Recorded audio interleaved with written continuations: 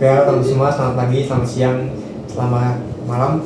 Kali ini kami bertiga akan membahas bagaimana perkembangan dan dinamika HAM di dunia, lalu apa substansi atau definisi dari HAM itu sendiri, dan juga mungkin nanti kami akan membahas contoh-contoh kasus tentang HAM yang relate kepada kehidupan kita sehari-hari. Sebelum kita mulai pembahasannya, mungkin perkenalkan diri saya sendiri dulu, yaitu Faisal Ansip dengan NIM akhir 175, dan rekan saya. Nama saya Galuh Prabu Anindito dengan NIM akhir 149. Nama saya Billy Gregorius dengan NIM akhir 158. Oke, mungkin untuk memulai pembahasan kita pada kali ini bisa dimulai dengan bagaimana sih dinamika dan perkembangan HAM di dunia itu sendiri. Iya, benar. Oke, kalau menurut aku ya, menurut saya ya, perkembangan atau dinamika dari HAM ini tuh benar-benar sangat dinamis ya, atau sangat kompleks perkembangannya. Karena itu ini kita jelasin ini aja kali ya, kayak akar-akarnya dulu. Iya, boleh. Gimana sih itu HAM-HAM itu muncul gitu kan? Iya. Oke, jadi untuk apa asal muasal atau akar dari HAM yang kita kenal sekarang ini bermula dari yang namanya prinsip generasi HAM. Nah, generasi HAM ini ya, kalian udah tahu lah ya. Iya. Nah, generasi HAM itu terbagi jadi berapa ya? Tiga. Nah, kan ada dua jenis HAM itu ada termasuk ke dalam dua generasi yang dalam prinsip HAM ini. Nah, salah satunya adalah hak sipil dan politik. Nah, hak sipil dan politik ini itu sangat dominan dibahas pada generasi HAM yang pertama, yang mana kenapa sih ini tuh dibahas banget di generasi pertama ini? Karena sebelum adanya generasi pertama ini, atau ya sebelum adanya kayak peristiwa-peristiwa seperti Revolusi Prancis, terus ada Magna Carta, itu tuh rakyat itu sangat dibatasi dalam hal untuk menyampaikan pendapatnya, ya kan? Terus sangat dibatasi lah. Kayak mereka mau mengkritik pemerintah aja benar-benar harus mikir dua kali, ya kan? Karena takut represif ya. Represif banget ya pemerintahan dulu. Kebebasan monarki yang absolut ya kan. Karena mereka tuh menganggap kayak khususnya itu ya pihak pemerintah sih yang anggap kalau raja ya kan atau pemerintahan atau monarki itu adalah sebagai utusan dari Tuhan. Oke. Ya. Jadi ketika ada rakyat yang mau mengkritik itu kayak dianggap wah melawan ini. Melawan Tuhan juga gitu dianggap ya. Iya. Oh, jadi langsung ditindak kan, langsung entah bisa disanksi pidana atau ya segala macam. Jadi dari situ ya lahir ya kan seperti beberapa peristiwa, salah satunya tadi yang udah dibilang itu Magna Carta. Nah, Magna Carta ini ya itu seperti pembatasan kekuasaan raja, karena sebelum adanya Magna Carta ini raja itu benar-benar absolut ya kan, seperti yang dijelasin tadi bahwa sewenang-wenang lah ya yang udah dijelasin. Oke. Terus selain Magna Carta, mungkin kalian penasaran Magna Carta terjadi pada tahun berapa ya? Nah, itu tahun berapa tuh? Iya. Jadi Magna Carta ini udah ada jauh banget ya. Jadi pada tahun 1215. Oh, berarti pada abad ke-19 ya? Abad lebih ini lagi. Abad 19 kan baru ya kan? Oh. Berarti kan sekitaran abad mungkin 10 ya kan. Terus berarti ya kayak wah dasar-dasar kan memang udah dibahas dari situ ya. Nah, jadi gitu untuk terjadinya Magna Carta itu ya pada tahun itu. Oke. Terus kalau untuk peristiwa lain yang latar belakangnya lahirnya ini peristiwa politik itu tuh ada Revolusi Prancis. Nah, itu ada Revolusi Prancis. Semua ya. Oke. Jadi Revolusi Prancis ini ya seperti kasus-kasus sebelumnya ya kan, Magna Carta ya kan.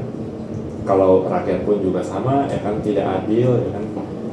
Maksudnya merasakan ketidakadilan ya kan yang diinginkan oleh pemerintah, yang mana waktu itu rakyat Prancis dikenakan pajak sangat tinggi ya kan, jadinya ya rakyatnya ya miskin ya kan. Kesejahteraannya kurang ya. Pajaknya tinggi, cuman dipakainya buat apa? Buat foya-foya ya kan, di sana. Oh. Ya kan. Hasil ya rakyat marah kan, udah itu kritik nggak boleh ya kan, kalau mengkritik malah tangkap ya kan, ya udah akhirnya rakyatnya marah ya kan, lahirlah Revolusi Prancis yang melahirkan semboyan Prancis modern sekarang. Fraternité, liberté, égalité. Artinya fraternité persaudaraan, terus égalité kesetaraan, dan liberté ya, liberté itu adalah kebebasan. Nah, itu ya kan secara fundamental dari lahirnya hak sipil dan politik. Nah, kalau untuk lahirnya jenis HAM yang kedua ya, yaitu ada hak ekonomi, sosial, dan budaya. Ya, Kosop lah ya. kosong. Nah, lahirnya hak ini itu datang dari karena kebebasan yang terlalu ini sih karena sebelum adanya hak kosong ini belum ada yang membahas tentang bagaimana itu hak pendidikan, kesehatan, hak Hidup yang layak. hidup yang layak. Ya, pokoknya dalam pikiran rakyat itu cuma kita hidup aja, hidup bebas ya kan. Ya bekerja ya kan, tapi bekerjanya itu masih dalam kayak jam kerja yang brutal ya kan, yang kayak bisa sampai jam kerja 16 jam, yang mana itu kan gak manusiawi ya. Gak manusiawi, bener. Gak manusiawi. Jadinya ya, kalau kita rakyat pada zaman itu, kalau kita kayak gini terus ya kan, kita yang ada bakalan terus ditindas dan kita tuh kayak nggak layak hidup. Rasa dieksploitasi gitu ya. Merasa dieksploitasi. Ya kan, jadinya dari situ lahirlah yang namanya, sebenarnya bukan lahir tiba-tiba juga sih, tapi perlahan-lahan mulai dari tumbuh. serikat buruh ya. Masyarakat tuh mulai sadar gitu kan. Mulai sadar. Akan hak-hak yang harus kita penuhi. Ya itu. Dan itu rakyat tuh mulai sadar bahwa ya kita tuh harus meningkatkan kualitas hidup kita, nggak cuma kita diberi kebebasan doang. Nah, hal salah satunya adalah dengan adanya hak kesehatan, hak pendidikan, dan hak untuk bekerja. Nah, jadi bisa disebutkan bahwa lahirnya si hak ekosop ini itu sebagai respons dari kebebasan dari generasi pertama, yang mana kebebasan itu kalau terlalu bebas akan cenderung mengeksploitasi juga. Jadi ya seperti itu untuk secara fundamental ya, akar-akar dari dua jenis HAM ini. Terus kalau kita mungkin makin menguatkan atau penekanan terkait aturan tentang dua jenis HAM ini, itu menurut saya itu terjadi pada era Perang Dingin. Nah, Setelah Perang Dunia Kedua ya kan, yang mana di situ kan perang ini kan kita tahu kalau Amerika lawan Uni Soviet. Blok Barat dan Blok Timur. Ya. Nah, Amerika Serikat itu ya kan cenderung pahamnya liberalisme kan, ya kan, kebebasan. Yang menurut ya dari situ aja udah tahu kalau si Amerika ini condong ke ini ya, ke aksi politik. Ya, aksi politik. Nah, sedangkan Uni Soviet itu seperti yang kita akui, ideologi dari Soviet itu kan komunisme yang sangat menjunjung tinggi kesejahteraan buruh ya kan. Jadinya otomatis kita bakal melihat Uni Soviet hak ekosop. Nah, dari situ saja kita tuh bisa melihat kalau dua kubu ini tuh saling bertabrakan, saling bertentangan gitu ya. Yang satu sejahtera, yang satu kebebasan. Padahal sebenarnya itu harusnya penting gitu kan. Iya, itu penting ya kan. Nah, karena kedua kubu ini sangat bertabrakan, jadinya itu ya akhirnya kalau nggak salah itu PBB itu memisah dua kubu ya kan, karena ada perang dingin itu. Karena sebelumnya itu pas awal UDHR dicanangkan, UDHR itu ya semacam yang HAM, deklarasi universal hak asasi manusia. Itu kan UDHR itu setelah Perang Dunia Kedua ya kan, karena masyarakat itu merasakan kayak wah dia itu hancur banget, kayak kita miskin, terpuruk ya kan. Nah, oleh karena itu ya UDHR itu merumuskan sebuah aturan yang mana memang ada ya kan, aturan mengenai hak sipil politik dan hak ekosop, cuman itu tuh masih digabung kalau pas UDHR. Nah, cuman kan karena ada perang dingin tadi yang dijelaskan, jadinya tuh kayak membuat kedua kubu ini mulai akan terpisah. Itu pada akhirnya tahun 1966 itu kedua jenis hukum HAM ini itu resmi terpisah. Soalnya ditandai dengan adanya lembaga ICCR ya, ICCR sama ICCR. Nah, ICCPR ini membahas tentang hak sipil politik ya kan, yang lebih condong di Amerika, dan kalau hak ICCR itu sangat ditekankan oleh Uni Soviet. Ekonomi, sosial, dan budaya ya berarti ya. Jadi ya memang panjang ya kalau juga ini sejarah dan dinamikanya. Nah mungkin kalau menurut kalian secara lebih mendalam kita bisa ini kali ya atau membahas gitu kayak apa sih ya kan lebih lengkap mengenai hak sipil politik Ya, sama hak definisi personal. atau apa Iya, sih arti dari hak sipil politik, apa sih yang diatur Betul. di hak sipil politiknya itu? Iya boleh bakal bisa Iya. Jadi sini saya coba menjelaskan ya. Jadi kita kan sekarang ngomongin di hak sipil dan politik kan. Jadi hak sipil dan politik itu pada dasarnya ya, pada umumnya itu adalah hak yang mengatur ataupun melindungi kebebasan berpendapat seseorang individu agar tidak diintervensi oleh pihak asing. Pihak asing dimaksud itu pihak luar dari seperti pemerintah ataupun organisasi ataupun individu lainnya gitu kan. Nah, jadi dalam hak sipil dan politik ini itu memiliki karakteristik yang namanya hak positif, hak negatif.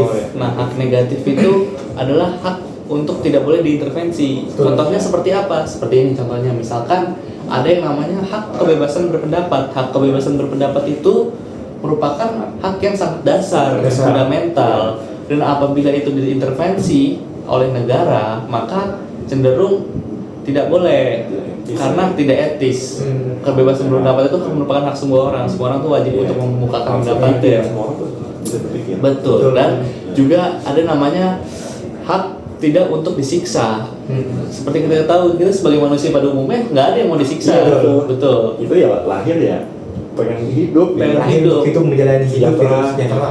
Dan juga yang terakhir ini ada hak untuk hidup. Betul. Nah, ini saya memberikan beberapa contohnya saja. Nah, hak untuk hidup ini itu inherent ataupun melekat pada setiap manusia yang kemudian dilahirkan di dunia. Karena Sudah ada sejak lahir. sudah ada sejak lahir. Jadi bisa dibilang hak ini tuh merupakan hak yang diberikan langsung oleh Tuhan. Betul.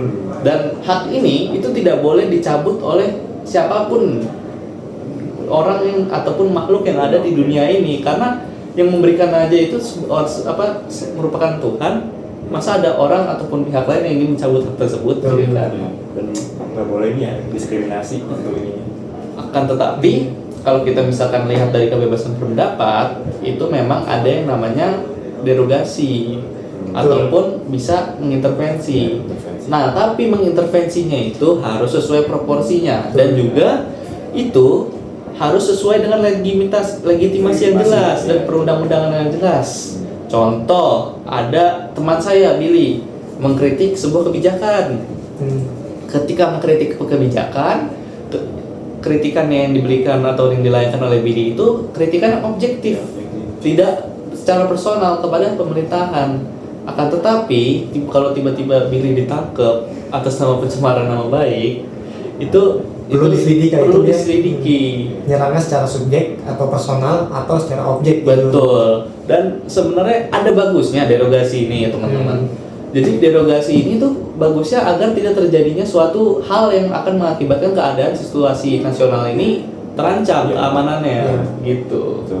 Kurang lebihnya itulah yang bisa saya Mungkin jelaskan kalau tentang emang- hak sipil dan politik. Mungkin ada teman-teman Mungkin saya. kalau emang kebebasan berpendapatnya emang sedikit rancu ya. Iya. Soalnya terkadang agak sulit dibedakan antara kritik ataupun menghina gitu. Betul. Karena kita mengkritik, cuman orang yang dalam pemerintahan itu malah mengkiranya kita menghina nih, menghina. Padahal niatnya itu mengkritik untuk objektif dari program-program pemerintah itu sendiri, untuk nantinya akan membangun pemerintah menjadi lebih baik. Namun biasanya orang pemerintah itu malah tidak melihat secara objektif atau tidak melihat secara jelas gitu, malah langsung aja memberikan kesimpulan secara subjektif gitu. Wah, ini orang Pencemaran nama baik. ya, ini orang agresif. nggak suka nih sama program kita, ini orang nggak setuju dengan program kita. Gimana sih, kan padahal buat bersamaan juga gitu. Kemaslahatan Iya. juga. Memang sulit untuk dibedakan antara kritik dan juga menghina. Makanya negara itu bisa mengintervensi dengan memberikan tadi legitimasi atau peraturan perundang-undangan yang jelas gitu. Betul. Nah, di sini negara juga wajib atau memiliki sedikit kewajiban, yaitu negara wajib menghormati. Maksudnya wajib menghormati itu negara tidak boleh kayak mengintervensi tadi. Iya. Negara itu harus menghormati setiap hak-hak individu yang ada. Lalu yang kedua, negara wajib menjamin setiap hak-hak itu terpenuhi. Tadi negara itu nggak bisa lagi mengintervensi. Kalau negara intervensi, berarti negara itu tidak menjamin adanya hak itu ya. Langgar. Langgar. Melanggar ya. Terus lalu yang ketiga nih yang paling penting, tadi kan sudah dimention juga, yaitu negara wajib memberikan efek. Maksudnya efek itu negara wajib memberikan efek, yaitu efek legitimasi. Agar nantinya hak-hak itu terpenuhi dengan adanya peraturan perundang-undangan atau legitimasi jelas. Jadi negara tuh wajib memberikan undang-undang yang jelas. Contohnya tadi kayak kebebasan berpendapat. Wajib ada undang-undang yang mengatur bahwasannya menghina presiden itu nggak boleh, menghina presiden atau martabat pemerintah itu tidak boleh. Gitu. Kebebasan itu kebebasan berpendapat itu ya boleh ya kan, cuman ya ingat ada batasannya juga. Ada batasannya. Iya betul ya. Tadi kan juga sudah dimention oleh teman saya Galuh, ada juga namanya derogasi dan non derogasi. Kalau derogasi itu negara bisa mengintervensi ketika ada suatu permasalahan yang untuk memecah belahkan bangsa. Itu contohnya tadi misalnya ada orang berpendapat tuh memecah belahkan bangsa gitu, kayak menimbulkan provokasi, gitu, menyerang ras atau apa gitu kan, memecah belahkan bangsa. Itu negara bisa mengintervensi dengan mencegah lah atau membatasi untuk tidak terjadi pecah belah bangsa itu. Nah, tapi ada juga hak-hak non derogasi, yaitu hak-hak yang negara negara nggak bisa intervensi atau ikut campur gitu, kayak hak untuk hidup tadi dijelaskan, ya. hak untuk tidak disiksa. Nah, mana ada manusia mau disiksa untuk lahir? Semuanya orang ya. Iya, ingin hidup secara aman. Lahir masa disiksa, terus hak-hak untuk hidup dibudak gitu kan. Itu juga larangan penjara karena utang. Nah, misal teman-teman utang nih, nggak bisa tuh dipenjara karena utang itu sendiri. Negara tuh justru harusnya malah membantu untuk menyelesaikan utang gitu. Nggak bisa asal dicempuskan aja di penjara, dipidana gitu. Terus negara juga wajib menghormati hak setiap pribadi. Lalu yang terakhir yang penting adalah negara memberikan kebebasan untuk beragama. Jadi nggak bisa dalam satu negara warga negaranya itu Islam semua nggak bisa dipaksa untuk Islam semua, nggak bisa. Harus ada keberagaman lah dalam satu negara itu, kebebasan dalam. Jadi yang dimaksud Faisal ini adalah suatu negara itu tidak bisa yang namanya memaksakan keluarga negaranya untuk menganut satu agama tertentu kayak kawan-kawan maksudnya. Iya. Mungkin kita bisa masuk ke next episode itu ya. Ekonomi sosial dan budaya. Tadi sudah dijelaskan hak sipol tuh isinya apa sih, kayak tadi hak derogasi. Jelas lah ya. Iya. Tadi kan di perkembangan lama dinamika sejarah kan ada hak sipol sama hak ekosop. Kalau kita jelasin hak sipol dong kayak agak pincang gitu ya. Agak pincang sebelah. Mungkin bisa lanjut kita ke hak ekosop. Nah, di sini saya izin menjelaskan juga itu teman-teman. Jadi hak ekosop itu ataupun hak ekonomi sosial dan budaya merupakan sebuah hak yang menjamin kemartabatan seseorang atau kesejahteraan seseorang. Contohnya nih ya teman-teman, itu ada yang namanya hak atas standar hidup yang layak, hak atas pekerjaan yang layak, dan hak atas kesehatan. Itu beberapa contohnya. Nah, dan karakteristik dari hak ekonomi sosial dan budaya ini teman-teman, itu pemerintah itu wajib untuk mengintervensi ataupun dengan kata lain memiliki hak positif, yaitu mengintervensi.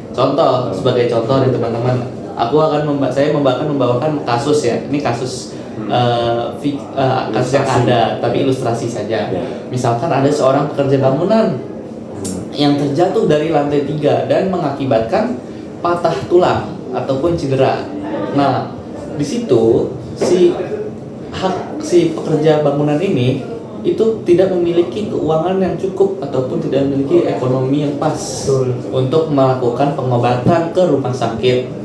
Nah, otomatis di situ negara itu wajib untuk mengintervensi dengan cara memberikan asuransi kesehatan. Kalau di Indonesia kita tahu ada yang namanya BPJS ya.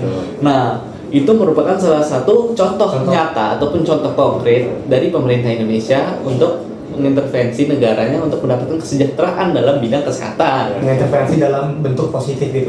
Dan ini teman-teman, hak ekosop ini juga itu seperti dengan hak sipil dan politik itu juga mengikuti prinsip HAM yang namanya saling berkaitan. Sebagai contoh yang kayak tadi, apabila si pekerja bangunan ini tidak memiliki pekerjaan yang layak, otomatis hak atas kehidupannya terancam. Otomatis kalau hak atas kehidupan terancam dan tidak memiliki keuangan yang baik, kehidupan yang baik, tidak sejahtera, otomatis hak atas kesehatannya juga tidak bisa terpenuhi teman-teman. Nah, itu yang bisa saya berikan dari itu. Mungkin kalau aku mau nambahin juga, bahwasannya negara sini wajib untuk memberikan kayak negara memiliki kewajiban. Yang pertama itu mengambil langkah-langkah tadi. Iya. Kayak contoh tadi BPJS, berarti itu negara sudah memberikan langkah-langkah. Mungkin kalau contoh dari saya dalam hal ini adalah negara bisa memfasilitasi rumah sakit secara gratis gitu kan. Iya. Jadi ketika ada suatu permasalahan kesehatan, maka hak kesehatan itu akan terpenuhi. Iya. Selanjutnya Betul. negara bisa memberikan akses pendidikan yang gratis. Jadi ketika akses pendidikan gratis, maka hak untuk mendapatkan pendidikan juga akan terpenuhi. Nantinya hak pendidikan terpenuhi, Kerjaan yang layak selanjutnya juga terpenuhi. terpenuhi, lalu selanjutnya maka ada namanya keluarga menjadi sejahtera. Maka itu nantinya ada namanya efek domino dari pendidikan, terus mendapatkan pekerjaan yang layak, terus Kehidupan yang layak. kehidupan yang layak. Selain itu negara juga wajib untuk menerima bantuan atau kerjasama internasional. Itu maksudnya gimana sih? Misal nih ada problem di suatu negara atau lagi ada bencana, cuman negara kesulitan nih untuk mengintervensi atau memberikan bantuan. Misal dalam bencana itu akses kesehatan itu sulit, ya. Oh iya betul. Terus ada negara mau memberikan bantuan, nah itu bisa tuh negara lain untuk memberikan bantuan kesehatan, contohnya tenaga medis dan negara lain bisa untuk membantu. Jadi negara seharusnya tidak menolak untuk memberikan atau menerima bantuan-bantuan dan kerjasama internasional. Selanjutnya yang terakhir, negara wajib untuk memaksimalkan sumber daya, baik sumber daya manusia maupun sumber daya alam. Jadi negara tuh harusnya lebih mengutamakan atau memaksimalkan lah sumber daya atau sumber daya Indonesia sendiri atau sumber daya manusia yang ada di negara sendiri gitu. Warga lokal Iya. ya. Jangan malah orang asing kerja di Indonesia, Iya. tapi orang lokal ya malah Kita malah pengangguran, nggak ada pekerjaan kan. pekerjaan. agak gimana, agak tumpang tindih gitu kan. Mungkin yang dibilang Nical itu memang benar teman-teman. Jadi emang sebaiknya itu mungkin ya. Jadi kayak pekerja asing itu memberikan ilmu dan sedangkan warga lokal itu mendapatkan ilmu itu dan bekerja ataupun memang mengimplementasikannya atau menerapkannya. Jadi tidak utamakan lah lokal ya. lokal. Jadi kalau misalkan, jadi nggak boleh tuh kayak satu pihak doang di asing ataupun satu pihak doang di lokal. Karena kita jujur aja nih teman-teman, kadang di lokal ini kita juga perlu yang namanya dari asing untuk mendapatkan ilmu, Iya, transfer ilmu, transfer iya. teknologi ataupun transfer ilmu teman-teman. Nggak boleh misalnya dalam suatu perusahaan tuh tenaga kerjanya tuh orang asing semua. Iya. Kalau mau orang asingnya tuh boleh satu atau dua untuk memberikan ilmu kepada orang-orang lokal ini agar dia berkembang gitu. Jadi negara tidak membatasi lah yang namanya pertukaran ilmunya itu. Oke. Nah, saya juga ini ya sebenarnya ada nge-note ya kan tadi seperti yang udah dibilang tadi terkait khususnya terkait ini ya kesehatan yang udah dibilang sama Galuh sama Iya. Faisal juga. Nah, terkait saran bahwa ya kesehatan itu harus dijamin ya, Betul. dijamin ya kan, pokoknya ya itu sebagai hak dasar. Nah, cuman aku nih ada nih kayak contoh negara yang rupanya meskipun secara aturan atau ya secara aturan udah menerapkan ya kan, tapi secara realitanya itu masih belum aksesibel kepada Belum maksimal ya. belum maksimal kepada semua. Contohnya itu apa? Amerika. Nah, itu dia. Itu Karena dia menunjukkan kebebasan gitu. kebebasan ya, karena kebebasannya itu yang terlalu ini ya kan berlebihan ya kan, kayak kebebasan berusaha atau sebagai macamnya ya kan, jadinya banyak di Amerika itu model-modelnya itu ya model-model swasta ya kan, Oh, yang oke. berbasis pada keuntungan dan bisnis. Salah satunya adalah rumah sakit. Iya, oke. Rumah sakit. Nah, kalau kalian tahu, ya kan, kalau di Amerika itu, kalau kita mau berobat aja, jangan kan berobat deh, jangan ambil ambulan. Oke. Katanya mahal ya. Iya katanya mahal, sampai puluhan ribu dolar. Wow. Gila. Kalau dulu kan sekitar berapa juta itu ya, ya kan? Belum ininya operasi, kalau misalnya perlu penanganan lebih lanjut ya kan, perlu apa kayak pengobatan segala macam. Terus itu selain kesehatan, pendidikan juga di sana katanya, kalau katanya sih lumayan ini ya, meskipun ada beasiswa katanya, tapi di sana ya didominasi sama swasta, yang mana berorientasi sama keuntungan. Alhasil ya ada pun beasiswa itu cuma sedikit dan ya cenderung gak bisa didapetin lah sama semua rakyat Amerika. Sulit untuk Tapi mendapatkannya. tapi emang kualitas dari individu swasta itu memang bagus kan. Emang bagus ya kan, cuman ya minusnya aksesibilitasnya. Iya. Iya. Hak untuk pendidikan yang gratis tuh ada di situ jarang. Iya, jarang. Dan itu teman-teman, itu tuh rada tidak termasuk dalam hak ekosop ataupun ekonomi sosial budaya, karena masyarakatnya yang dicontohkan oleh Billy tadi di suatu negara itu kurang sejahtera teman-teman untuk mengakses kehidupan yang layak ataupun pendidikan yang layak. Mungkin ada yang sejahtera, cuman di sisi lain ada yang timpang. Iya, ada ketimpangan yang lumayan jauh. Nah, Harusnya merata untuk seluruh gitu. iya. Mungkin tadi sudah dijelaskan juga bahwasanya kita tadi mulai dari awal perkembangan dinamika, terus definisi ya kan, terus apa sih hak sipol dan juga hak ekosop. Mungkin kalau biar lebih jelas lagi, ada nggak sih contoh atau kasus gitu lah yang sehari-hari kita temuin atau yang baru-baru nih muncul berita pelanggaran hak gitu kan? Nah, saya ada satu contoh kasus nyata nih yang terjadi di Indonesia kebetulan teman-teman. Jadi ada seorang remaja yang meninggal akibat dia itu terlalu keseringan memakai sepatu yang kesempitan. Oh iya, pernah dengar tuh ya. Nah, sepatu yang kesempitan itu ketika bergesekan dengan kulit menyebabkan infeksi. Lama-kelamaan menyebabkan infeksi, dan kemudian si remaja ini tidak memiliki hak atas kesehatan karena ekonominya itu tidak cukup, teman-teman. Jadinya dia mengakibatkan wafatnya seorang remaja ini, gitu teman-teman. Ini baru banget terjadi loh teman-teman. Berarti itu terdapat suatu pelanggaran itu hak kesehatan itu tidak terpenuhi berarti ya? Iya benar.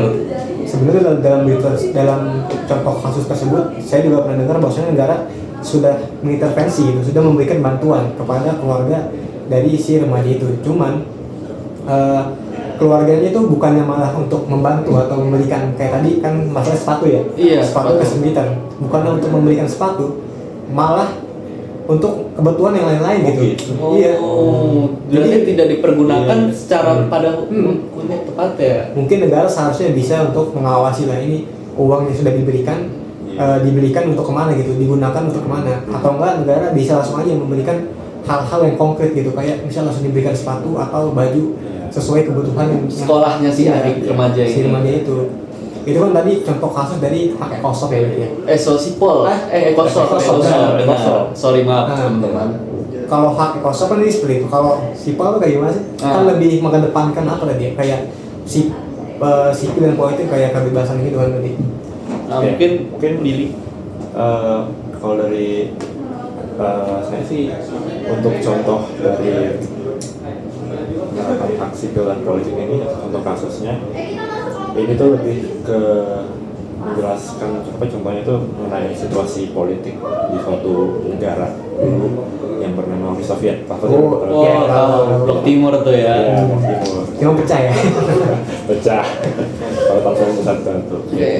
Nah, Uni Soviet ini kan seperti kita ketahui bahwa ideologi dari Uni Soviet itu adalah komunisme, ya kan, sosialisme komunisme yang menjunjung tinggi kesetaraan dan apa ya, pokoknya buruh ya kan, terus ya pekerja ya kan, terus kesehatan, pendidikan, sejahtera gitu itu ya, harus diutamakan ya kan, itu sebagai inti ya kan dari HAM menurut mereka ya kan. Karena mereka itu apa ya, mungkin bisa dibilang kayak mereka itu modelnya kayak subsidi kan ya. Kayak subsidi, kayak ngasih bantu ke masyarakat. Nah, karena Uni Soviet kan dominan banget ya di situ ya kan, kayak di ekosop itu. Nah, alhasil karena pemerintah itu terlalu dominan ya kan, karena terlalu dominan juga pemerintah kan intervensi juga loh. Betul.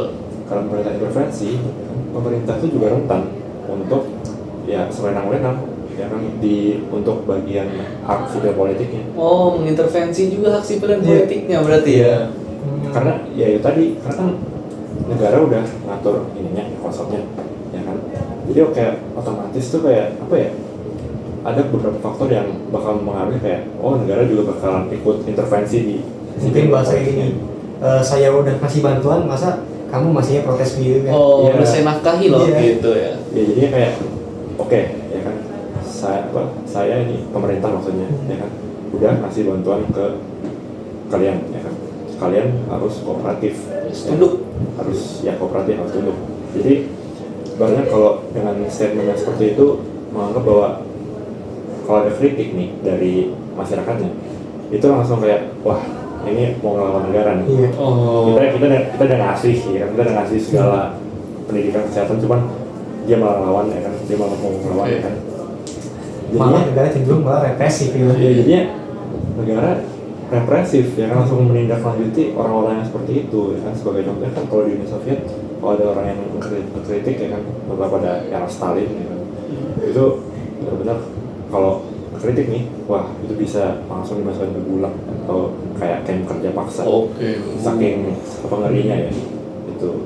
Jadi ya bisa disimpulkan ya bahwa kalau hak ekosop yang terlalu dominan itu tuh pada akhirnya bisa rentan berujung pada intervensi di hak sipil dan politiknya juga ya kan. Ya seperti itu memang banyak kan apa di Uni Soviet kayak korban-korban dari kayak tindakan represif Uni Soviet. Nah iya seperti itu. Nah, jadi izin menambahkan juga nih teman-teman, saya pernah membaca bahwasannya teori sosialis Marxisme yang dikemukakan oleh Karl Marx itu juga memang menekankan bahwasannya negara itu yang penting memenuhi kewajibannya si masyarakat dibanding menjunjung tinggi hak-hak dasar masyarakatnya itu. Makanya itu contoh nih, jadi lebih menekankan kepada kesejahteraan umum ataupun kemaslahatan umum pada masyarakatnya. Itulah juga yang memvalidasi dari pernyataan yang disampaikan barusan gitu teman-teman.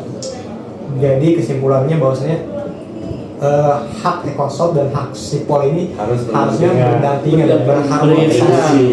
Jadi ujung-ujungnya malah nanti kalau hak sipol doang negara terlalu dominan, tidak boleh timpang sebelah ya, ada kesenjangan.